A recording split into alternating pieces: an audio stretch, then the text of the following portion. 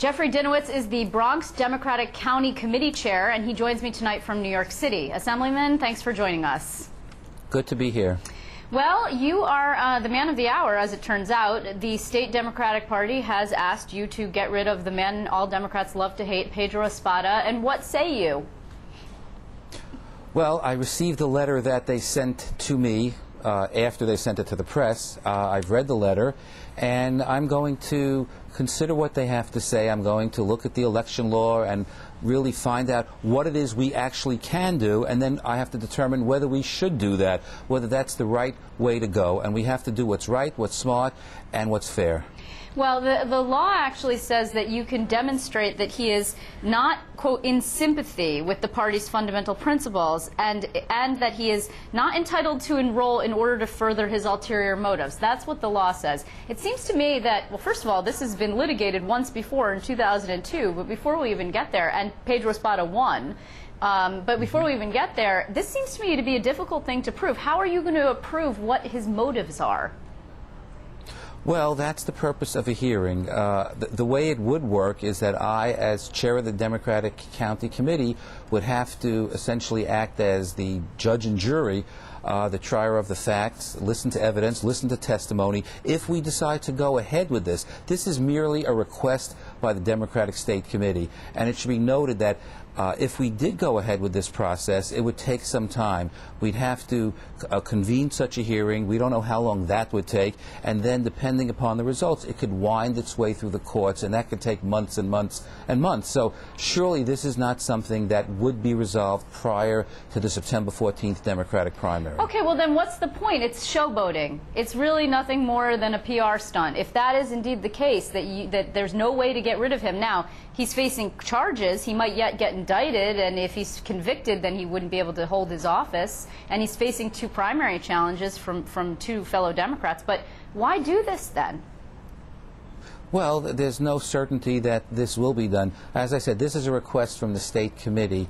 You know, some people have suggested if you want to get rid of Espada, the way to do it is through the ballot box. There is a primary in September. Right now, there are 4 people circulating petitions. We don't know who the final cast of characters are going to be. But one thing we do know, and that is that the September 14th primary will come way before this issue can be resolved through a hearing. So, what are people's motivations? I can't speak to other people's motivations. What I can say is that it's the Bronx Democratic Party and me as chair of the county committee that have to decide whether it makes sense to do this at all. You know, some people have suggested that by doing this we would turn Espada into a martyr and enhance his chances of re-election.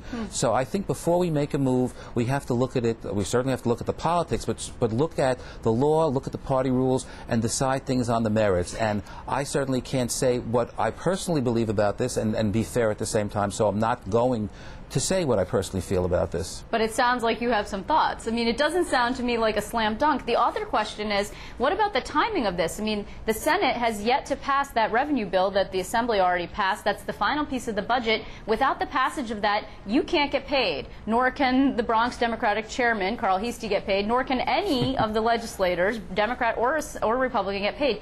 The Democrats need Pedro Espada's vote. They need 32 votes. If you anger him and he says, okay, forget it, and Bill Stokowski comes back in from the cold, then what happens? Well, first of all, I want to get paid, but none of us are going to make a decision on issues based on whether or not we're going to get paid now or get paid later on. Unfortunately, in the Senate, we have 32 Democrats. We need 32 because the Republicans are the party of no. They vote no on everything, whether they should or whether they shouldn't. So any one Democrat, whether it's Senator Espada or Senator Stokowski from upstate or anybody else, can hold up the process. In essence, anybody can be an extortionist in the Senate right now, and that's not a good thing. But we have to make decisions based on what's right. And, you know, do we want to go ahead and hold this hearing? Well, that's something I'm going to have to think about over the next several days or more and decide whether it's right on the merits and whether it makes sense to do it. It seems to me also, I mean, this came from the state Democratic Party sort of out of left field, and they didn't call to give you guys the heads up in the Bronx Democratic Party. It came out of this, out from on high. And also, is that appropriate for this sort of coming from on high order from the state or request from the state Democratic Party to a sovereign body of its own party? Well, if I were in charge of the state party, I might have handled things a little bit differently. I certainly would have gone to the people in the Bronx before I went to the people in the press about this. I mean, the fact that I didn't see this letter until today, when it was reported in the media yesterday, was a little distressing. But that really doesn't go towards the merits of all this. Maybe they decided that that's the best way to handle things. But, you know, unfortunately, there were other people besides Senator Espada who you can raise questions about. There are people under indictment. I hate to say it. There are too many elected officials that have had legal troubles. And I'm not here to say Espada is good or Espada is bad, but I will say that there are more than a few elected officials for whom we can talk about similar charges if we wanted to. Well, you actually, and your conference has a history, I mean, of supporting people who were indicted. Efrain Gonzalez, who is the gentleman who preceded Espada, who was actually ousted. Not your conference, rather your party, the Senate, you're in the Assembly, have a history of supporting people. They backed Efrain Gonzalez against Pedro Espada. So it seems that there's actually a history here of supporting people who are indicted and then singling out this one guy because they're worried that it's a public relations problem. Are you hearing in the Bronx that where your constituents are and that fellow Democrats are, that people are worried about being on the same ballot as Pedro Espada? Well, there won't be too many primary fights in the Bronx, so there won't be too many people affected by that.